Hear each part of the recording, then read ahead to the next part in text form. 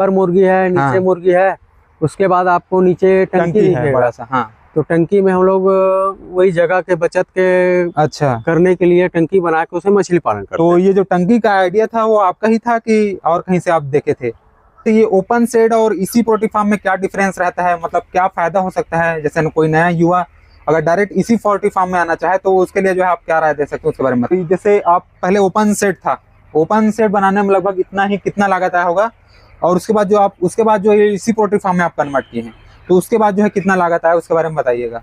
9-10 हज़ार में मेरा मछली मिल गया। अच्छा, और इसके दाने के लिए आप क्या करते हैं? दाने के लिए ऐसा है कि मेरे पास जो मुर्गियों का जो रहता है वेस्ट रहता है, अच्छा, जो आप इनको थोड़ा थोड़ा डाल देते हैं तो इसमें मेरा और साथ साथ जो है इसके नीचे जहां हम लोग अभी खड़े हैं तो उसके नीचे जो है टंकी है जहां पर जो है मछली पालन करते हैं भैया, तो उसके बारे में हम लोग पूरा बजा तो 25 रुपया आपको जो है एक मुर्गी से आपको मिल जाता है, और यहाँ लगभग जो है आप 6,000 का कैपेसिटी का आप बर्ड्स रखें, तो उसके अकॉर्डिंग जो है आप लोग जान सकते हैं कि कितना प्रॉफिट जो है भैया इस पोल्ट्री फार्म से। इस इसी और संगवारी हो, मैं अपना के बिंदास बजरंग, और मैं आज यहाँ हूँ ग्राम सेमरा, तहसील बखारा, जिला धमतरी में, जहाँ जो है आप मेरे पीछे देख पा रहे होंगे, यहाँ जो है पोल्ट्री फार्मिंग किया जाता है और साथ साथ जो है मछली पालन किया जाता है। तो वो जो है किस प्रकार से करते हैं उसके बारे में हम लोग जो है पूरा जानकारी लेने वाले हैं इस वीडियो के माध्यम से, और साथ साथ जानने वाले हैं कि वो जो पोल्ट्री फार्मिंग और मछली पालन से जो है कितना प्रॉफिट जनरेट करते हैं, और अगर कोई नया युवा जो है इसको करना चाहे तो वो किस प्रकार से कर सकते हैं, तो उसके बारे में पूरा रख रखाव के बारे में, पूरा दाना कितना मछली पालन में कितना लगता है, कितना लागत आया है, और इस पोल्ट्री फार्मिंग को बनाने में, इस पूरे पोल्ट्री फार्म को बनाने में जो है कितना लागत आया है, उसके बारे में हम लोग जो है पूरा डिटेल से जानने वाले हैं। तो चलते हैं भैया से बात करते हैं। नमस्कार भैया, सबसे पहले आप अपना परिचय दे दीजिए। मेरा नाम राजेश सिन्हा है और मेरे पिताजी का नाम श्री नरोत्तम सिन्हा जी हैं जी। और ये जो फार्म है मेरे पापा जी के नाम से है, नरोत्तम पोल्ट्री फार्म के नाम से चलता है ये। अच्छा, और जो देख रेख करने का काम मैं करता हूँ। अच्छा, तो दोस्तों हम लोग आ चुके हैं भैया के इसी पोल्ट्री फार्म में, जहां आप मेरे पीछे देख पा रहे होंगे, पूरा जो है चारों तरफ से आपको जो है ढका हुआ नजर आएगा, और वो उसका जो पालन है वो किस प्रकार से करते हैं उसके बारे में हम लोग जो है भैया से पूरा डिटेल से जानने वाले हैं। और यहाँ पर जो है आप छोटे छोटे बर्ड्स देख पा रहे होंगे, अभी साइज में जो है छोटे लग रहे हैं, तो उसके बारे में जानने वाले हैं। लगभग जो है कितने दिन हो गए हैं इसको लाए, और इसका जो है रख रखाव भैया जो है किस प्रकार से करते हैं, तो उसके बारे में हम जो है पूरा डिटेल से जानने वाले हैं। तो भैया इसके बारे में बताइएगा कि इसका जो आप पालन जो है किस प्रकार से सूझा आपको इसी पोल्ट्री फार्म बनाने का, और इसमें कितना फायदा होता है, कितना लागत आया है, उसके बारे में आप लोग पूरा डिटेल से बताइएगा। ये पहले ओपन फार्म था। अच्छा, ओपन फार्म में इसका लंबाई है 170 का लंबा है। अच्छा, और 32 फीट का चौड़ा है, जिसमें मेरे को 4000 चूजा आता था। 4000 आया था। और अभी जैसे इसको मैं इसी में कन्वर्ट करने के बाद इसमें 6000 चूजा आता है। अच्छा, हालांकि इसमें 7000 चूजा आएगा, लेकिन मैं थोड़ा सा बर्ड्स को गैप देने के लिए 6000 ही डालता हूँ इसमें। अच्छा, तो इसमें मेरे को ये फायदा हुआ कि मेरे 4000 के जगह में अब 6000 मुर्गी पालने का हो गया इसी कन्वर्ट करने में। अच्छा, और जैसे ये ओपन शेड और इसी पोल्ट्री फार्म में क्या डिफरेंस रहता है, मतलब क्या फायदा हो सकता है? जैसे कोई नया युवा अगर डायरेक्ट इसी पोल्ट्री फार्म में आना चाहे तो उसके लिए जो है आप क्या राय दे सकते हो उसके बारे में बताइए। ओपन पोल्ट्री फार्म में मौसम को थोड़ा झेलना पड़ जाता है। अच्छा, क्या होता है कि अभी की जो मौसम चल रहा है, अचानक ठंडी हो जाता है, अचानक बारिश हो जा रहा है, अचानक उमस हो जा रहा है, तो उसमें मुर्गियां संभाल नहीं पाती हैं और बीमार हो जाती हैं। अच्छा, अगर आप एसी बना रहे हैं तो आपको बाहरी वातावरण से मुर्गियों को कोई मतलब नहीं रहता है। वो जो सिचुएशन में बच्चा से लेके बड़े तक का उनको एक ही प्रकार का वातावरण मिलता है, उससे मुर्गियां बीमार नहीं होती हैं, कम होती हैं। और आपका ओपन फार्म से थोड़ा ज़्यादा ही वजन इसमें आता है। अच्छा, मतलब जल्दी ग्रो करता है यहाँ, ऐसा बोल सकते हैं। ग्रो उतना ही दिन का रहता है, 40 दिन का ही रहता है, चाहे ओपन में करो या एसी में करो। जैसे आप 40 दिन में ओपन में 2 किलो दे रहे हैं तो आपको एसी में वही मुर्गियां 2.5 किलो का वजन आएगा। अच्छा, मतलब वजन में थोड़ा डिफरेंस हो जाता है। और कंपनियां जो दे रही हैं वो ओपन में कम पैसा देती हैं और इसी में थोड़ा ज्यादा पैसा देती हैं। अच्छा, जैसे ओपन में आपका 6 रुपया है 1 किलो एक मुर्गी का, मुर्गी पीछे। हाँ। तो आपका एसी में 9 रुपया 9.5 रुपया हो जाएगा। अच्छा, तो इससे एसी में थोड़ा प्रॉफिट ज्यादा दिखता है। अच्छा, मतलब ओपन में लगभग आपको जैसे कंपनी कितना टारगेट देती है, आपको कितना किलो करके देना है आपको इस चूजे को? कंपनी का तो क्या है, वो तो जितना वर्ष रहेगा उनके हिसाब से आपके पास दाना भेजेंगे। हाँ। जैसे एक वर्ष के पीछे 3.5 किलो आपको दाना देंगे। अच्छा। जिससे आपको बच्चे से लेके 40 दिन में आपको 2 किलो या 2 किलो प्लस करके देना रहता है। लेकिन एसी फार्म में वही है कि 3.5 किलो में आपका 2.5 किलो का वजन आ जाता है। अच्छा, जो ज्यादा प्रॉफिट देता है। अच्छा, उस वजह से आपको कंपनी ज्यादा कंपनी तरफ से आपको एक्स्ट्रा बोनस मिलता है। एक्स्ट्रा बोनस मिल जाता है। तो जैसे भैया आप इतना इसी पोल्ट्री फार्म बनाए हैं, तो लगभग जो है इसमें लगभग कितना लागत आया होगा और क्या क्या एक्स्ट्रा खर्चे आए होंगे, आप उसके बारे में भैया दर्शकों को बताएं। अब स्ट्रेचर जो है पहले से बना हुआ था ओपन अच्छा। के नाम से। अच्छा। मेरा जाली भी लगा हुआ था, है ना। तो जाली लगा हुआ है तो मैं क्या किया कि अब एसी में क्या होता है कि पर्दा दीवार खड़ा करना पड़ता है। अब मेरे को लगा कि दीवार में ज्यादा खर्चा आ जाएगा, तो मैं क्या किया, अच्छे क्वालिटी का त्रिपाल लगा दिया। अच्छा, ये त्रिपाल लगा दिया, जिससे मेरा जाली भी खराब नहीं हुआ। हाँ। जैसे आप पहले ओपन सेट था, ओपन सेट बनाने में लगभग कितना लागत आया होगा, और उसके बाद जो ये इसी पोल्ट्री फार्म में आप कन्वर्ट किए हैं, तो उसके बाद जो है कितना लागत आया उसके बारे में बताइएगा। एक्चुअली में क्या हुआ कि मैं जब इसको बनाया ना तो लॉकडाउन लगा हुआ था। अच्छा, कोरोना काल में। अच्छा, तो मेरे को थोड़ा सा सामान महंगा पड़ गया।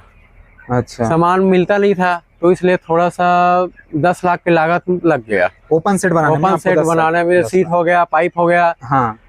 मैं जैसे कालम नी लाल के पाइप डाला हूँ इसमें। हाँ। है ना। कालम आप डालोगे तो उसमें थोड़ा सा ज्यादा लागत लगता है। अच्छा। और पाइप आप डालोगे तो कम लागत में आपका फार्म तैयार हो जाता है। अच्छा।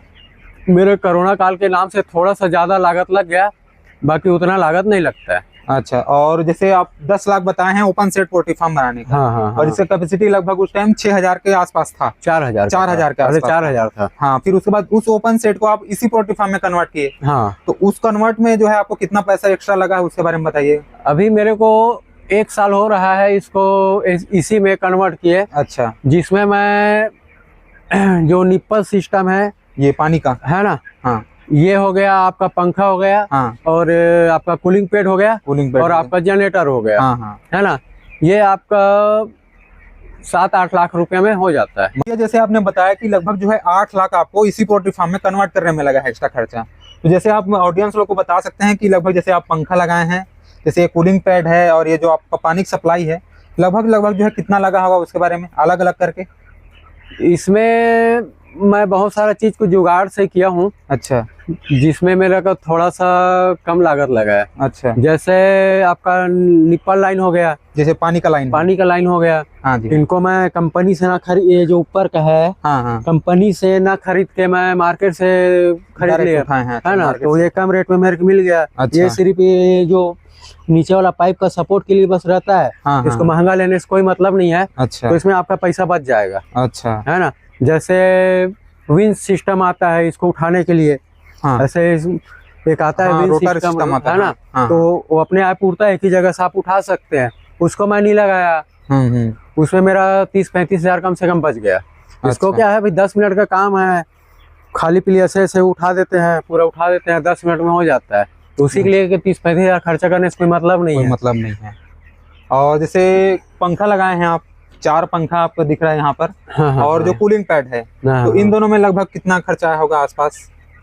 ये मैं तीनों का एक साथ बता देता हूँ। जैसे पंखा हो गया, कूलिंग पैड हो गया, और ये पानी लाइन का जो सिस्टम हो गया। हाँ। ये मुझे 4 लाख के आसपास लगा है। 4 लाख के आसपास में। हाँ। मेरे को मिल गया था। अच्छा, मतलब 8 लाख में आपका 4 लाख जो है आपको इतने में इस खर्चे में लगा है। हाँ, इसमें लगा। और जैसे आप जनरेटर इसका यूज करते हैं, तो जनरेटर में लगभग कितना लगा होगा लागत। जैसे आपके पास अगर एक्स्ट्रा पैसा है तो आप महंगा जनरेटर ले सकते हैं। हाँ। जो आप कहते हैं ना, क्या बोलते हैं उसको, जो पैक रहता है, डीजी जनरेटर रहता है। हाँ। तो आपके पास अगर खर्चा के लिए पैसा है तो आप उसको लगा सकते हैं। बाकी मैं तो कम खर्चे वाला जनरेटर लगाया हूँ, जो भी वही काम करता है। बस अंतर यह है कि वो वाला कम आवाज करता है, ये थोड़ा ज्यादा आवाज करता है। बाकी काम वही रहता है। अच्छा। जैसे आप उसको 7 लाख में लेंगे तो मैं इसको ये वाला जनरेटर में 2 ही लाख में लग गया। हाँ। ये भी सेम है, ऑटोमेटिक है कि लाइट गोल होने से अपने आप चालू हो जाता है। हाँ। लाइट आने से अपने आप बंद हो जाता है। सिस्टम में कोई चेंजेस नहीं है। रेट में बस अंतर है। अच्छा, और जैसे इसका सब पानी और जो अपन कूलिंग पैड हो गया उसके बारे में, उसके अलावा जो है आप कुछ और खर्चा किए होंगे उसके बारे में बताइए। जैसे ये आप जैसे भूसी बिछाते हैं, हाँ हाँ तो हाँ। भूसी में लगभग जो है कितना लागत आ जाता है?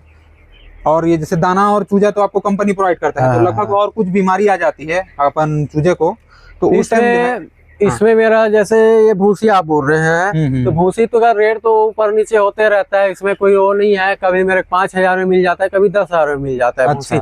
और इसको लेने से कोई वो नुकसान नहीं है, इसको ईंटा भट्ठा वाला उठा के ले जाते हैं। इसका पैसा आपको वापस मिल जाता है। अच्छा, मतलब जितना जैसे 10,000 मान लो आप 10,000 में हाँ। आप लिए होंगे भूसी, हाँ, तो आप 30 दिन जितना दिन आपको यूज करना उतना करेंगे। हाँ, और उसके बाद जो है बाहर निकालने से वो ईटा भट्ठा वाला ले जाते हैं, इसका पैसा वापस मिल जाता है। मतलब 10,000 का 10,000 आपको वापस मिल जाता है। हाँ, मिल जाएगा आपको। अच्छा, तो ठीक है। और जैसे ये अपना दाना पैड हो गया, तो लगभग इसमें कितना लागत होगा दाना पैड में लेने में ही? ये मैं इसको, हालांकि इसको सेमी एसी फार्म बोला जाता है। अच्छा, ये फुल्ली एसी फार्म नहीं है। ये अच्छा, फुल्ली एसी फार्म में हर चीज ऑटोमेटिक रहता है, जिसमें दाना का रहता है। हाँ। जो हाफर सिस्टम रहता है, हाफर हाँ। में आप दाना डाल दो तो पूरा निकल जाता है। डिवाइड हो जाता तो उसमें मेरे को कम से कम 5 लाख रुपया और लगता है। है। अच्छा, तो मैं वो 5 लाख ना लगा के ये मैनुअल फिट हाँ, लगा दिया हूँ। दाना फीडर लगा दी है। इसमें क्या 1 घंटा लगता है हमको दाना डालने में। हाँ हाँ।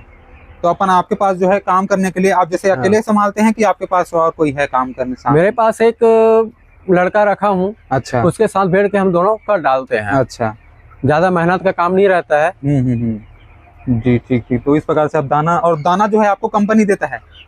चूजा और दाना है और 2-3 तरह दवाई है, वो कंपनी आपको देगी। अच्छा, तो जैसे इसमें तो मौसम का प्रभाव को पड़ता नहीं, तो इतना दवाइयों की जरूरत भी होता नहीं होगा, बीमारी कम आते होंगे? बीमारी कम आता है। इसमें 2-3 दवाई आप उपयोग करेंगे। हाँ। जैसे लिवर टॉनिक तो आपको जरूरी है करना। हाँ। ग्रोथ प्रमोटर आप कर सकते हैं। हाँ, हाँ। बीच में हल्का फुल्का सर्दी आ गया उसके लिए, या पतला दस्त आ गया। हाँ। बहुत कम आता है सर्दी और पतला दस्त है, लेकिन आप उसको रखे रहना जरूरी रहता है दवाई। और ये दवाई को जो है आप किस प्रकार से बच्चों को देते हैं, चूजों को? पानी में मिलाकर देते हैं कि दाना से द्वारा आप उसको? नहीं, टंकी में डाल देते हैं। अच्छा, कि इतने घंटे पिलाना है बोल के उतने घंटे पानी में उस दवाई को डाल देंगे, फिर डिस्ट्रीब्यूट हो जाता है। अच्छा, ठीक है भैया। तो लगभग जो है कितने दिन लगता है आपको चूजा को 2 किलो या 2.5 किलो जो आपको कंपनी रिक्वायरमेंट है उसमें लाने के लिए?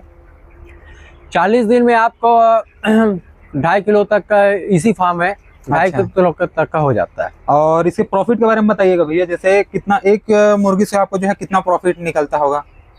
इसमें ऐसा है कि कंपनी आपको मान लो 9 रुपए दे रही है। हाँ। तो आप कितना दाना में उसको वजन दे रहे हैं। हाँ, हाँ। कितना उसमें भी बेनिफिट रहता है कि आपके चूजा कितना आया था और कितना सोल्ड हुआ, अच्छा, बिका।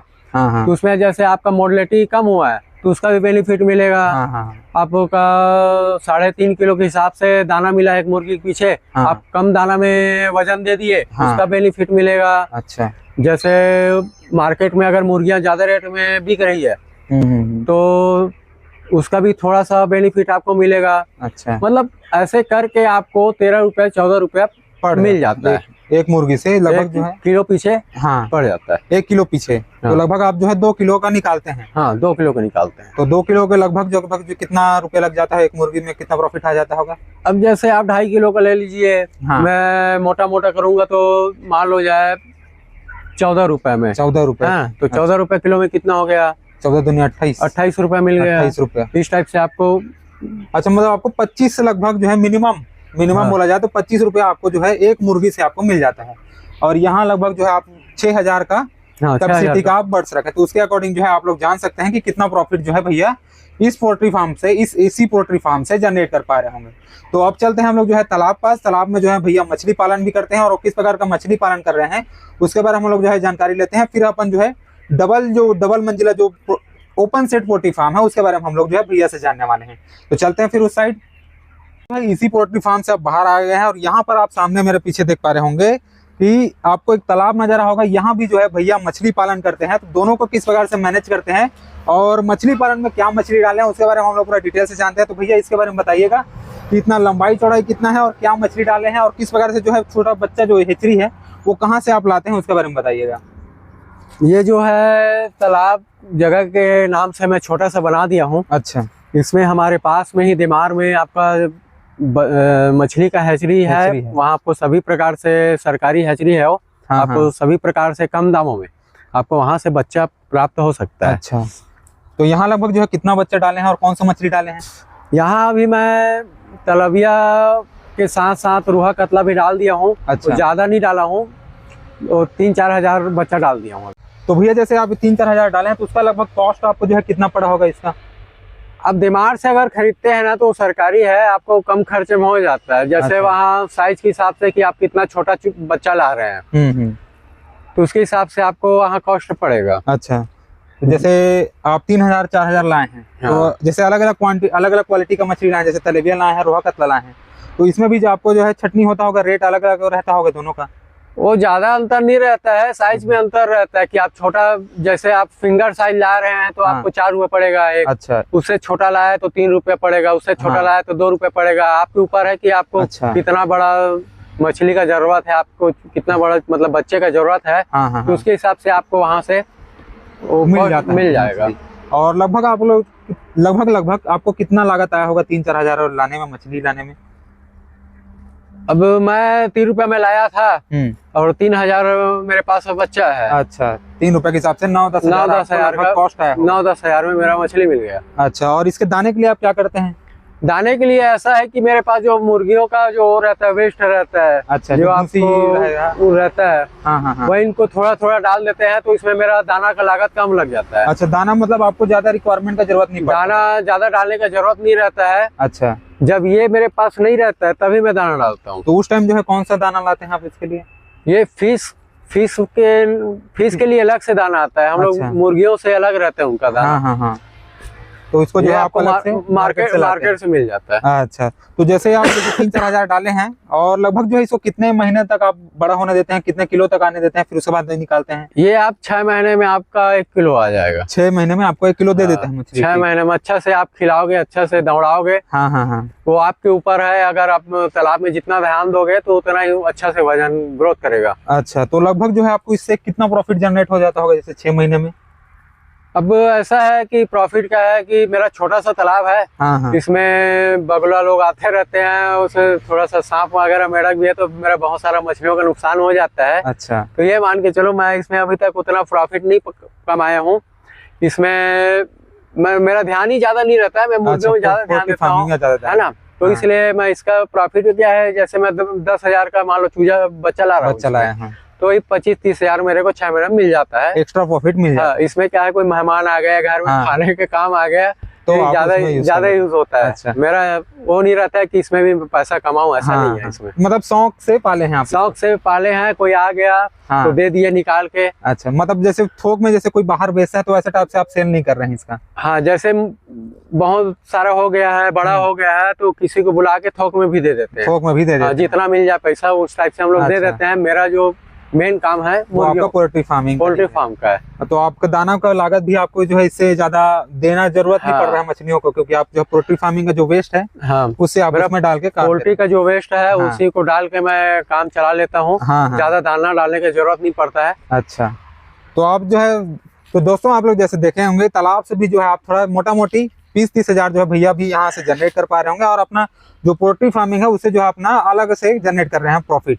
तो अब चलते हैं अपन जो है डबल मंजिला पोल्ट्री फार्म में, जहां आपको दिखाने वाला हूं कि वहां जो है जो ओपन सेट पोल्ट्री फार्म है वो किस प्रकार से जो है काम करते हैं भैया वहां पर, और किस प्रकार से जो उसमें लागत आया है, तो उसके बारे में हम लोग पूरा डिटेल से जानने वाले हैं। और साथ साथ जो है उसके नीचे भैया जो है मछली पालन का जो है अलग से जो टंकी बनाए हुए हैं, तो उसको जो है किस प्रकार से बनाए हैं उसको बारे में हम लोग पूरा डिटेल से जानने वाले हैं। तो चलते हैं फिर उस साइड।